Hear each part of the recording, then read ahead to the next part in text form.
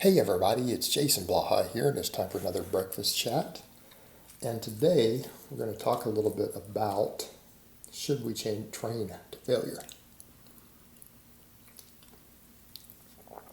And this is going to be all inclusive. This is going to include, for strength purposes, hypertrophy purposes, all of that, because really they shouldn't be different there. Because if we want to maximize strength, we need to be maximizing hypertrophy anyways, because again, it raises our strength ceiling. If someone is trying to get bigger, getting stronger is still important because they do need progressive overload for hypertrophy. So we can really set all that aside and really ask the question. So should we be training to failure? Are there benefits? And when you look at most of the data we have, one thing to say, okay, we have data. It's another thing to say, how do we apply this to real people in the real world? Because that's where it gets interesting. With the data we have, training to failure doesn't cause any more muscle growth. Again, contrary to a lot of stuff that came out of like the bodybuilding type world for years. That, you have to train beyond failure. Or they'll try to say that absolute failure, which is not what we're talking about. Training to failure means performing an exercise until basically the weight just stops moving, right? Smoothly doesn't mean you take 5 seconds and try to do another rep. That's called rest pause. Doesn't mean someone helps you try to grind out 2 or 3 more reps that you couldn't lift. None of that stuff. That's not training to failure. That's training past failure, which actually doesn't seem to be beneficial at all. And if you understand what causes muscle growth, you know why that doesn't help you in any way.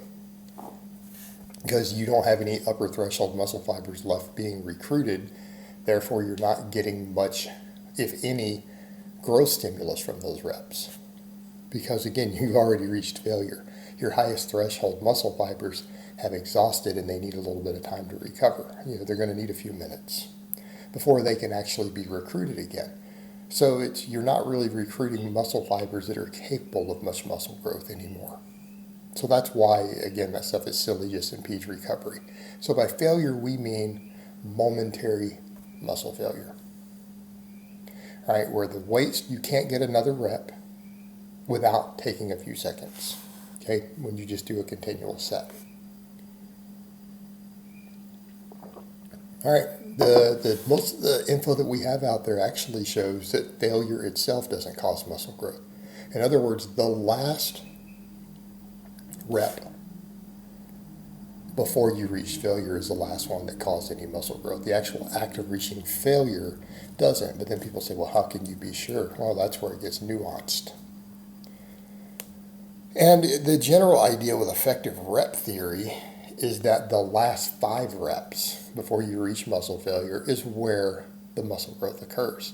And with each, in theory, now this part's extremely hypothetical, each rep you get closer to failure, that rep is probably produces a slightly larger training response than the rep before because they are becoming more and more difficult. So if you work off of that logic, you want to be no more than 2 reps from failure if you want a high quality set in which you're trying to stimulate the most muscle growth out of that set. Problem becomes how do we determine that? Okay, so that's what our threshold should be, but then we could make arguments, well, do you need to be sure you're trying to get the most effective reps, so should you train to failure? Okay, I'm going to say it depends on the lift and it depends on the experience level of the lifter. More experienced lifters who are much, much stronger, we really eat into our recovery when we hit failure, particularly on big lifts, right? It can destroy our recovery quickly. Novice lifters just are not moving that much weight. They aren't. People with a year or less of serious training, they're not moving a significant enough weight for that to be that big of a deal. They just don't generate enough tonnage in a workout that recovery on that level of nuance matters. When you're doing higher volumes of training, which you need as you become bigger and more experienced, and you're moving really big weights, sometimes even for high reps, recovery gets impacted. So we should generally, on at least multi-joint exercises shouldn't be training to failure. We should probably be stopping about a rep short, arguably 2 reps short. But the other issue we have is even doing that on big movements, certain big movements, squats, deadlifts, stuff like that can be detrimental. I don't actually program myself, don't use myself these days, and don't program for my clients things like back squats or deadlifts for rep work. We just don't do it. We do them for max work, we do them for speed work. We'll do benching for reps. But these movements, when they just destroy our recovery too much to do any taxing sets. And again, you guys know how I program. It's just not necessary for us to rep those movements to maximize strength. In other words, you can get a 600 squat, 600 deadlift, it's again thing you've seen me do, without doing a bunch of rep work on those movements. So we can really set that to the side. And besides, taking movements like that to real fatigue, potentially dangerous in terms of injuries. Not just the recovery, but the injury risk of reaching failure. But normally with bigger movements, other multi-joint exercises besides, say, a squat and a deadlift, all this other stuff, single-legged exercises, good mornings, benching, pressing, rowing, pull-ups, chin-ups, what are we looking for?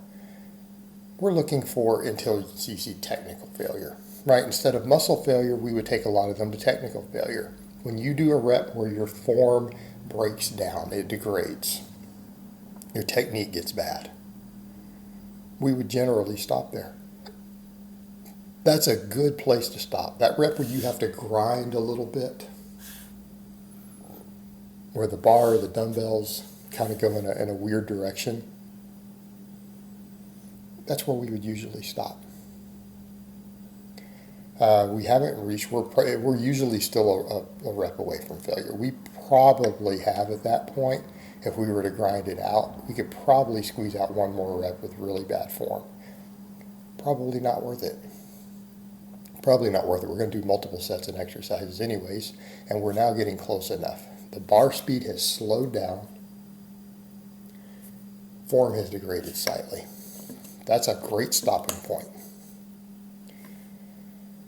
But people would also say, well, what about smaller movements? Well, I would say with a lot of machines, you can probably take them to failure. Most single joint exercises, you could take them to failure. And failure on a single joint exercise is oftentimes not going to look much different. The rate's just going to stop moving, right? You're going to see one slow rep, and then if you try one more, the weight just sticks at the bottom. You go to curl, your elbow won't bend. You go to do a lateral, your arm just stays down. Right? Doing a hamstring curl, it just doesn't move. Okay, and it's relatively safe to do them on movements like that. You're not going to get injured. Again, single joint movements, a lot of machines, things like that. So if you wanted to take those to failure, it's not a big deal.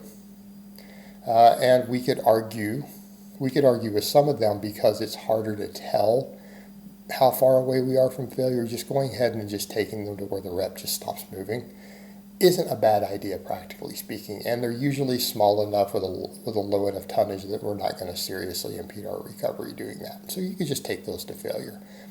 Practically speaking, this is how we should approach it, at least for a little more advanced lifters. All right, guys, but that's really all I have to say on that today. I hope it's been informative, and I will talk to you guys next time.